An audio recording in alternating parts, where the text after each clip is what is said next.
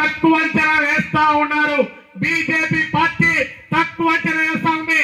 4 కాషాయ జెండాలు కట్టుకొని మీ కళలతో వస్తే భయపడతామని చెప్పి మీరు అనుకుంటున్నారేమో. మా చేతిలో ఉన్నటువంటి ఎర్ర జెండా కర్రలు వెనక్కి తిప్పితే మీకంటే కూడా ఎక్కువగా తరమగలేటువంటి వాళ్ళం. మీరు ఏసీ రూముల్లో కూర్చొని రాజకీయాలు చేసి కార్పొరేట్ కంపెనీలు డబ్బులు ఎగిరిస్తే వాటితో మీరు రాజకీయాలు చేస్తా ఉన్నారు.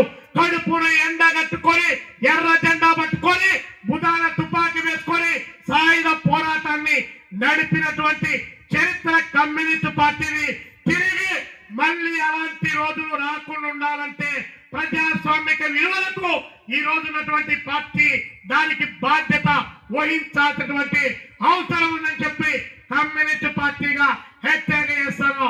ఎన్నటికి నిన్న ఇప్పుడే మన కామ్రేడ్ ముప్పాల నాగేశ్వర గారు చెప్పారు, జాతీయ గ్రామీణ ఉపాధి హామీ పథకం ఏ ఊరికి వచ్చిందా? 62 మంది కమ్యూనిస్ట్ పార్టీల ఎంపీలు ఉండి ఇక్కడ 6 మాసాలు పని ఉంటే 6 మాసాలు పని ఉండదు, కడుపు చేత పట్టుకొని వలసెల్లిపోతున్నటువంటి గ్రామీణ కూలీలకు పని దక్కాలంటే జాతీయ గ్రామీణ ఉపాధి హామీ పథకం ఉండి తీరాల్సిందని చెప్పి నాడు కమ్యూనిస్ట్ పార్టీ నాయకత్వాలు పార్లమెంటు లోపల వెనుపల పోరాటం చేసి అలాంటి చట్టాన్ని తీసుకొని వచ్చి అమలు చేయిస్తే ఈ రోజు జాతీయ మహాత్మా గాంధీ జాతీయ గ్రామీణ ఉపాధి హామీ పథకానికి పేరు మారుస్తా ఉన్నాం. 3,000 మంది కమ్యూనిస్ట్ పార్టీ కార్యకర్తలు మన గుంటూరు జిల్లా బ్యానర్ ఎనికి పక్క నిలబడాలన్నారు.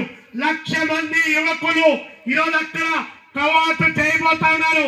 మన రెడ్డార్మి ఖమ్మం పట్టణంలో కలం తొక్కబోతా ఉంది. ఆ కలం తొక్కేటువంటి దాంట్లో మహిళలు, యువకులు, విద్యార్థులు పెద్ద ఎత్తున తరలి రావాలి.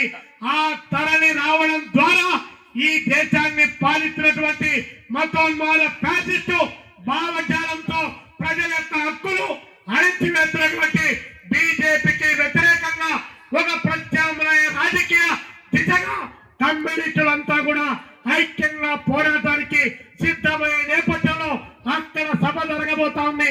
ఆ సభలో మీరు కూడా పెద్ద ఎత్తున వచ్చి పాల్గొనమని చెప్పి మీకందరికీ పిలుపునిస్తూ ఈ అవకాశం ఇచ్చినటువంటి నిర్వాహకులకు ధన్యవాదాలు ముగిస్తా ఉన్నాను.